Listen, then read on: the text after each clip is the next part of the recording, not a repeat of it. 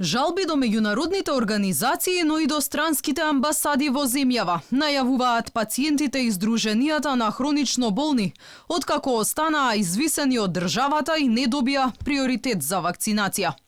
Преку социјалните мрежи се активираат да ги известат сите релевантни институции во светот, дека здравствените власти во земјава ги игнорираат нивните молби што поскоро да добијат вакцина, поради сериозноста на своите долгогодишни диагнози. Гневни се на игнорантскиот однос на власта. Уште веднаш да се фатат адвокати надвор од Македонија. Мора сами да се избориме за нашите права. Никој веќе не смее да се изживува со нас.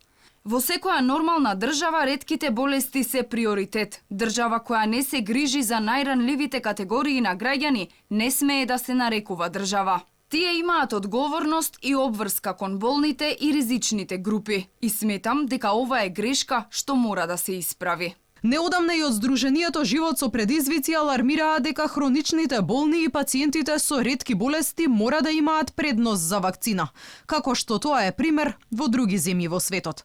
Алармираат дека најголем дел од починатите од COVID-19 се токму лица со хронични заболувања и дека ризикот болеста да заврши фатално кај нив е најголем. За овој проблем ги информирале и надлежните институции, но оттаму не добиле никаков одговор. Се гледа она точка кога ќе почне вакцинирањето токму на овие луѓе со хронични болести, а воопшто со ретки болести не се ни ставени на истата.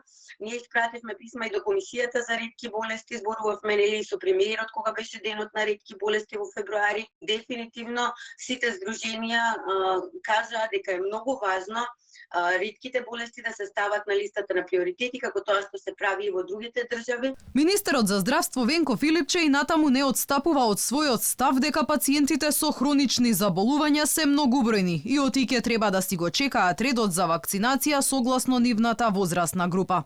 Но она што овие пациенти ги плаши е и фактот дека меѓу нив најбројни се оние на возраст помеѓу 20 и 50 години, кои стравуваат оти со месеци ќе бидат изложени на опасност од вирусот поради бавниот процес на вакцинација и недостигот на вакцини во Македонија.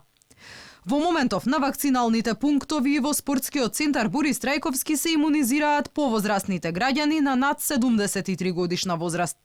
Утре се очекува да стигне нова пратка од 10.000 вакцини на Pfizer, а во среда ќе треба да дојдат 200.000 дози од кинеската вакцина Sinopharm. Со овие вакцини ќе треба да стартува долго најавуваната масовна вакцинација на населението. Досега во земјава се вакцинирани едва и 4% од граѓаните кои согласно националниот план би требало да примат антиковид вакцина.